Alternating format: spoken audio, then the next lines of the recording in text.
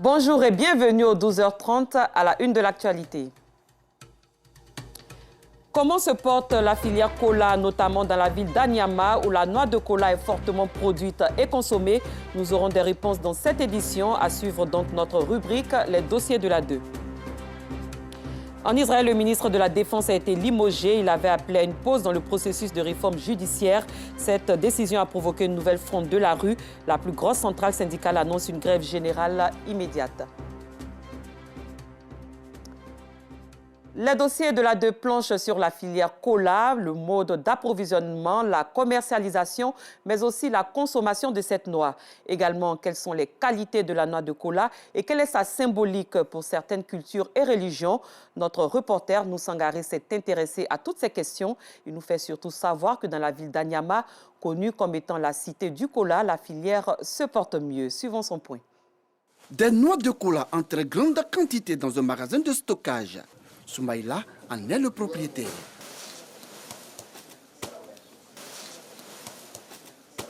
Il connaît bien le circuit d'approvisionnement de cette noix. Son histoire avec le commerce de la noix de cola remonte à son enfance. Je suis né dans Cola, mais mes parents étaient commerçants de cola. On a continué avec eux. On a des piscers qui sont dans les villes comme San Pedro, Soubré, Sassandra, Divo, Lakota, Man, Danane. La plupart des colatiers se trouvent dans les plantations de café, cacao. Voilà, ça a acheté, ils mettent ensemble. Si ça vaut au moins 2 à 3 tonnes, 5 tonnes, on nous appelle, on les envoie les 10 tonnes pour aller charger cola pour envoyer sur Anyama. Le coût moyen du kilogramme de la cola varie entre 300 et 500 francs CFA. Ici, Soumaïla travaille avec des manœuvres assis autour des gros tas de noix de cola. Il s'active habilement à trier les bonnes graines.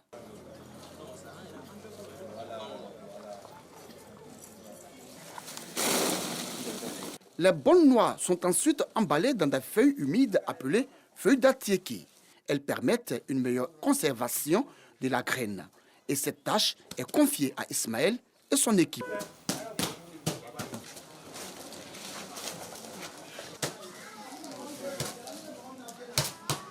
Depuis hier, on est en train de faire ça. On a mis d'abord le feu dedans, c'est dans le panier. Aujourd'hui, on est en train d'emballer maintenant. Là, on est en train d'emballer là. Ça fait 100 et quelques paniers. Chaque panier, on n'a que 200. Communément appelée Cité de la Cola, Anyama est située au nord d'Abidjan. Il est rare, voire impossible, de traverser la commune sans apercevoir un magasin de stockage de cette noix. La commune à elle seule exporte plus de 70 000 tonnes de cola annuellement, soit près du quart de la production nationale qui s'élève autour de 260 000, dont 200 000 tonnes exportées. Chaque jour, l'on assiste à un balai de gros camions chargés de noix de cola qui quittent Anyama en partance pour des pays de la sous-région, de Burkina Faso, le Mali, le Niger, le Sénégal, entre autres. Karim est un acheteur. Venu du Mali, il doit charger ce camion remorque de 45 tonnes. Destination Bamako, la capitale malienne. Je suis dans la vente de la noix de cola depuis 1992. C'est un produit qui se vend bien au Mali. Comme nous n'en produisons pas au pays, nous sommes obligés de venir en Côte d'Ivoire pour nos achats. Au Mali, le prix varie en fonction de la disponibilité. Quand la demande est forte, la noix se vend à 1500 francs CFA, voire 2000 francs, dans le cas contraire à 1000 francs CFA le kilogramme. Grossiste à la gare de train d'Anyama, Seydou Lu exporte ses produits vers le Nigeria, le plus grand pays consommateur de la noix de cola. Voilà, c'est la qualité de cola que les Nigériens prennent. Ils prennent rouge, ils prennent blanc. Voilà, donc, si tu vois que je dis, ils prennent beaucoup plus que tous les clients. Parce que quand c'est bien formé, c'est ce qu'ils prennent. Bon, ça, on peut conserver jusqu'à 1 à 2 ans, 3 ans. Quand c'est fraîche comme ça ne peut pas aller au Nigeria. Parce que eux, les routes là, c'est long. Quand ils vont charger dans les camions, dessus, ils vont arriver à la destination. Tu vas trouver que non, c'est pourri, c'est gâté. Le second client qui prennent beaucoup, c'est le Burkina. Et ils prennent tout rouge, ils ne prennent pas blanc. Bon, et aussi, ce qu'ils prennent aussi, c'est ce qui est bien formé. Ils prennent beaucoup. La vente de cette graine nourrit des milliers de personnes. Beaucoup prisée en Afrique, la noix de cola a été pendant des siècles une monnaie d'échange sur le continent au même titre que les currys et le sel.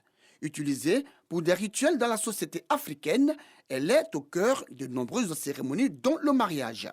Mais son utilisation n'est pas une obligation dans la célébration des noces en islam. N'empêche, Suleiman Diarra-Souba, imam de la mosquée Kouba de Belleville 2, reconnaît qu'elle est un symbole important dans la célébration d'une union. L'arbre de cola est un arbre centenaire, c'est-à-dire qui dure longtemps. La cabosse de la cola, c'est quelque chose qui est dur, qui est costaud. On ne peut le casser qu'avec une manchette. La cabosse, qui est aussi dure, qui démontre la solidité, la noblesse et puis la pureté, parce que lui, il protège, c'est-à-dire que les noix. Donc, maintenant, quand vous cassez aussi la cabosse, vous trouvez là-dedans plusieurs noix de cola. Vous allez trouver peut-être 5 ou 6 différentes couleurs. Les aïeux ont utilisé la noix de cola. Ce n'est pas parce qu'il y avait autre chose, mais parce que l'arbre dure longtemps et ça veut dire on espère que cette union soit durable. Maintenant, cette diversité, ça veut dire que quand vous allez vous mettre ensemble, ça démontre que l'unité. Puissant stimulant, la noix de cola est reconnue pour ses vertus thérapeutiques et aphrodisiaques grâce à sa forte teneur en caféine. Elle est mondialement célèbre et ce, grâce à la boisson gazeuse à laquelle elle a prêté son nom. La filière cola regroupe plus de 2000 producteurs et génère plus de 78 milliards de francs CFA selon les acteurs. Et Anyama demeure sa capitale grâce à sa forte production. Merci à nous Sangaré qui vient de nous présenter la noix de la cola qui est même l'épicentre de cette belle ville d'Anyama. Rendons-nous à Mondoukou dans le département de Grand Bassam où l'activité principale est la pêche. Les populations y fabriquent également le filet de pêche. Il coûte cher sur le marché et la qualité laisse à désirer. Les jeunes pêcheurs de Mondoukou ont donc décidé de le fabriquer eux-mêmes. Notre reporter Bintou Pekele est allé à leur rencontre. Le dimanche est jour de repos pour ces pêcheurs dans le village de Mondoukou, département de Grand Bassam. Un bon jour aussi pour contrôler les filets de pêche et fabriquer des nouveaux. Si ça gâte comme ça on ne gagne pas. C'est qu'on peut un nouveau filet d'abord pour faire. Sans qu'un mois comme ça, le filet, là, au dès qu'il est dans, si ça sort seulement là, c'est fini. C'est qu'on peut un nouveau filet encore. C'est qu'on ne gagne pas ça. Pour fabriquer de nouveaux filets de pêche, tout commence par l'achat du paquet de 100 mètres. Ensuite, ces jeunes font appel à la technique et à l'expérience pour confectionner leur filet. On pèse ça au marché et puis on coupe pour coller pour faire. On mesure les bois pour faire. Si ça en trompe un peu seulement là, pour gagner par ça, c'est dit quoi. On fait ça juste quoi. Quelqu'un ça a trompé dedans quoi. En bas comme ça, on prend 2 jours pour faire. En haut c'est 2 jours. C'est que c'est 4 jours. On prend pour finir tout. Selon le type de poisson et d'autres fruits de mer, Simon et ses frères fabriquent différents types de filets. Il y a ça, et puis il y a pour brochet, maintenant il y a pour coton aussi, pour main. Pour lui, c'est sol, soso, damas, langouste. Souvent il y a crabe aussi. Sol aussi, pour lui c'est capitaine, brochet. Là c'est à 2h, on monte à 2h. Là on descend à midi, 13h comme ça. Ces jeunes pêcheurs préfèrent confectionner eux-mêmes leurs filets, ce qui leur donne de bons résultats et réduit le coût d'achat du produit fini. Mais la confection des filets est tout un métier. Le filet vend à 27 000, le paquet 100 mètres. Ça, les codes comme ça, là, un paquet à 6 500. Donc on peut dire total peut faire au moins quelque chose de 30 000, un filet. Souvent tu peux gagner en attendant que le filet se gâte. Tu as déjà gagné là des filets. Il y a des moments aussi là, même jour que tu rentres là, ça se déchire. Là, 0. Là, seulement, c'est 0. Tu ne gagnes rien. Tu es obligé d'apprendre. Bah, la manière qu'on tisse, on lance, tout ça là. Si tu ne sais pas faire, tu ne peux pas. Les nouveaux filets de pêche confectionnés sont utilisables 2 à 4 semaines. Dès le lundi, à partir de 2h du matin, ces filets vont remonter sur l'eau. Et la chance va jouer pour espérer ramener les premiers poissons sur terre à partir de 6h pour les repas du jour. Les tout petits apprennent eux aussi la confection des filets de pêche. La première étape de leur initiation, démêler les anciens filets revenus de la mer après la pêche. Parlons religion à présent avec la célébration du 10e anniversaire de la mission évangélique Rehoboth, une rencontre marquée par un appel à la paix et la cohésion. Clément Boukou. Exprimer sa reconnaissance au bout de 10 ans d'existence au service du Seigneur. C'est tout le sens de cette manifestation religieuse organisée par la mission évangélique Rehoboth des deux plateaux Adjé.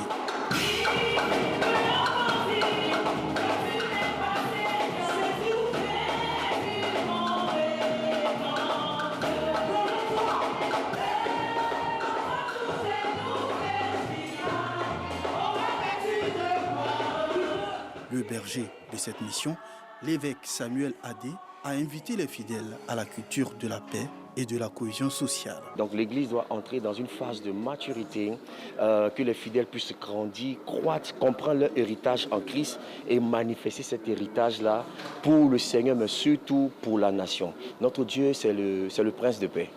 Et quand nous prêchons l'évangile, nous prêchons aussi la paix. Et les fidèles doivent comprendre qu'ils sont acteurs de la cohésion sociale dans notre pays, déjà par le travail, mais aussi par la culture de la paix. Jésus nous a confié le ministère de la réconciliation. Et donc quand nous prêchons la parole, nous réconcilions les hommes d'avec Dieu, mais aussi les hommes d'avec eux-mêmes. Une initiative saluée par les participants. Alors, au cours de ces 10 années, nous avons appris des valeurs, nous avons entendu des messages, des enseignements qui jusqu'ici nous suivent et nous essayons de les mettre en pratique. L'amour est prôné en ce lieu, la solidarité. Nous sommes une famille ici et véritablement, jusqu'ici, comme je dis, le Seigneur nous a secourus. Notre slogan, c'est « Faire des disciples, œuvrer pour le Seigneur et libérer les destinées ». À cet effet, la cohésion sociale est de prime abord. La fraternité et l'amour est de prime abord, car c'est dans l'amour et dans l'unité que la nation Rehoboth peut encore franchir toutes les barrières qui pourraient arriver encore sur son chemin. Cette activité de la mission évangélique Rehoboth est placée sous le thème « Héritier de Dieu ». Au cours de cette célébration, le leader des églises Rehoboth a annoncé des perspectives prometteuses pour la mission. À l'étranger, la junte au pouvoir au Burkina Faso a coupé la diffusion de France 24 sur son territoire à la suite d'une interview sur la chaîne d'information du chef d'Al-Qaïda au Maghreb islamique AQMI, quelques mois après avoir suspendu la radio RFI. Alors que des discussions s'ouvrent au Soudan sur les réformes militaires, le chef de l'armée, le général Abdel Fattah al-Burhan, a appelé dimanche ses troupes à cesser de soutenir les dirigeants autoritaires afin d'appuyer la transition démocratique.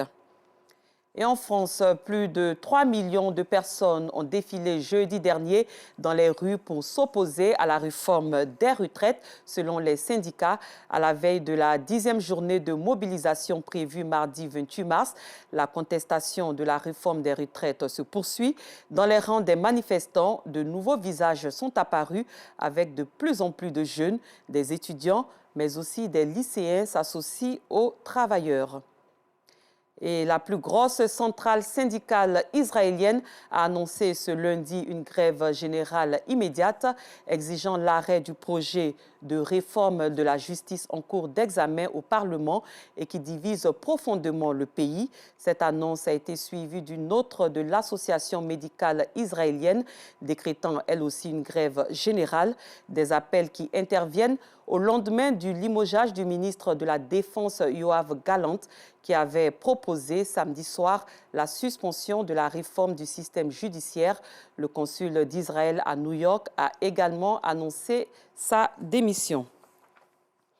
Et pour rappel, sachez que les dossiers de l'A2 ont planché sur la filière cola, son mode d'approvisionnement, sa commercialisation, mais également la consommation de cette noix. Nous avons cherché également à comprendre quelles sont les qualités de la noix de cola, quelle est sa symbolique pour certaines cultures et religions. Nous Sangaré, notre reporter, s'est intéressé à toutes ces questions et c'était les dossiers de l'A2 proposés aujourd'hui. Fin de ce journal. Merci de l'avoir suivi. Très bon début d'après-midi à tous.